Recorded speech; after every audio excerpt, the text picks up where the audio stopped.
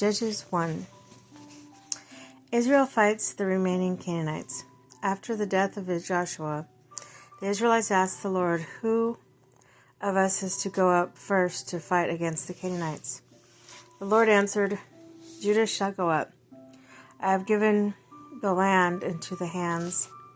The men of Judah then said to the Simeonites, their fellow Israelites, "Come up with us to fight against the Canaanites. We in turn will go with you into yours." So the Simeonites went to them.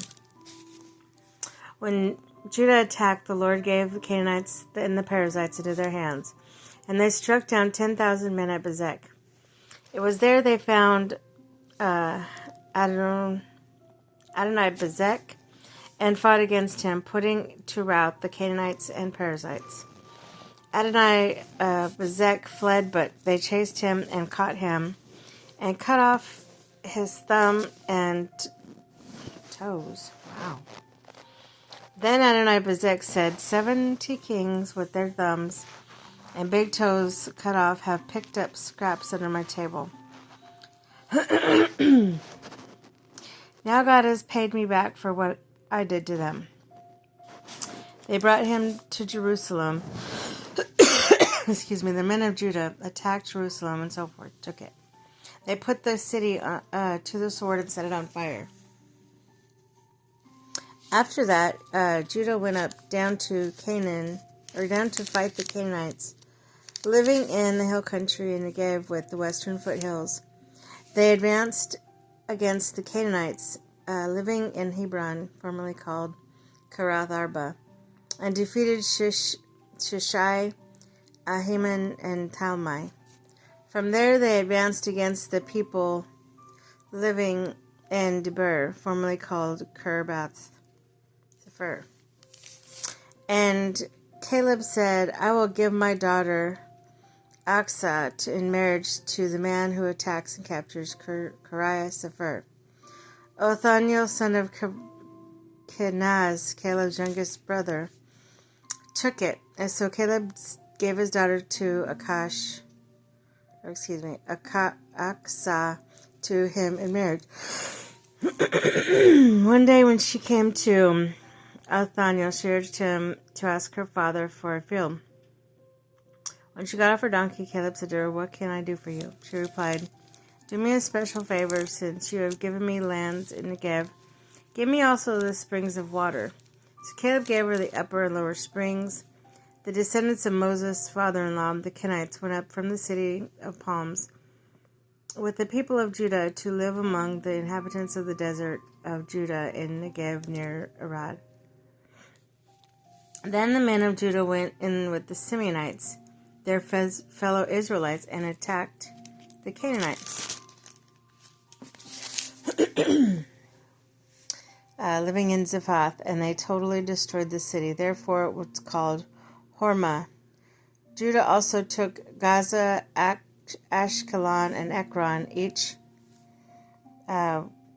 city with its territory.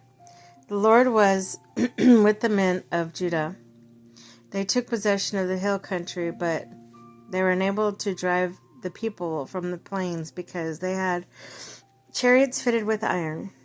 As Moses had promised, Hebron was given to Caleb, who drove from it the 3 sons of Anak. The Benjamites, however, did not drive out the Jebusites who were living in Jerusalem. To this day, the Jebusites live there with the Benjamites. Excuse me just one second. I need to get a drink. Better. Now, the tribes of Joseph attacked Bethel, and the Lord was with them. When they sent men to spy on Bethel, formerly called Luz, the spies saw a man coming out of the city, and they said to him, "Show us how to get into the city, and we'll see that you are treated well." So he showed them, and he put the city to the sword, but spared the man and his whole family. Then he went to the land of the Hittites, where he built the city and called it Luz, which is named to this day. But Manasseh did not drive out the people of Bethshan, or Tanakh, or Dor, or Eblim, or Megiddo, and their surrounding settlements, for the Canaanites were determined to live in that land. When Israel became strong, they pressed the Canaanites to forced labor, but never drove them out completely. Nor did Ephraim drive out the Canaan. Sorry, I got a little bit of a cough, a little bit of congestion. Nor did Ephraim drive out the Canaanites living in Gezer, but excuse me.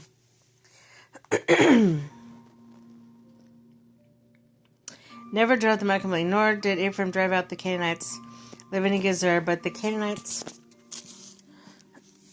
continued to live there among them. Neither did Zebulun drive out the Canaanites living in Kitron,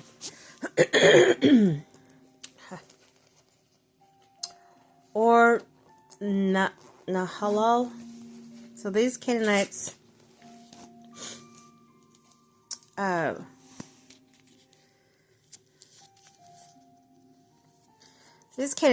lived among them, but Zebulun did subject them to forced labor. Nor did Asher drive out those living in Akko, Sidon, or Alab, what is that? Akzib, or Heba, the Aphek of Rehob. Hi, it's hard to say some of these names. The Asherites lived among the Canaanites, inhabitants of the land, because they did not drive them out. Neither did the Naphtali drive out those living in Beth Shemesh and Beth Anath, but the Naphtalites too lived among the Canaanite inhabitants of the land. And those living in Beth Shemesh, Beth Anak, became forced laborers for them, and the Amorites confined the Danites to the hill country, not allowing them to come down to the plain. And the Amorites were determined also to hold out Mount Heres, Aijalon, and Shalbim. But when the power of the tribes of Joseph increased, they too were pressed into forced labor, and the boundary of the Amorites was Scorpion Pass to Salah and beyond.